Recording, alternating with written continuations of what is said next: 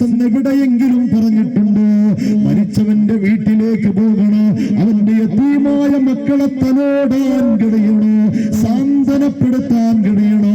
ആ പട്ടിണി കിടക്കുന്ന മക്കളെ ഒന്ന് തിരിഞ്ഞു നോക്കിയോ? ഞാൻ ചോദിക്കട്ടെ എന്റെ പ്രിയപ്പെട്ട സത്യവിശ്വാസികളെ, നമ്മുടെ മഹല്ലിൽ ആരെങ്കിലും മരണപ്പെട്ടു പോയാൽ നമ്മൾ ആ വീട്ടിലേക്ക് പോവുകയാ, നമ്മൾ ആ വീട്ടിലേക്ക് പോകുന്നു, മയ്യത്ത് നോക്കുന്നു, നമ്മളെ മടങ്ങി വരുന്നു.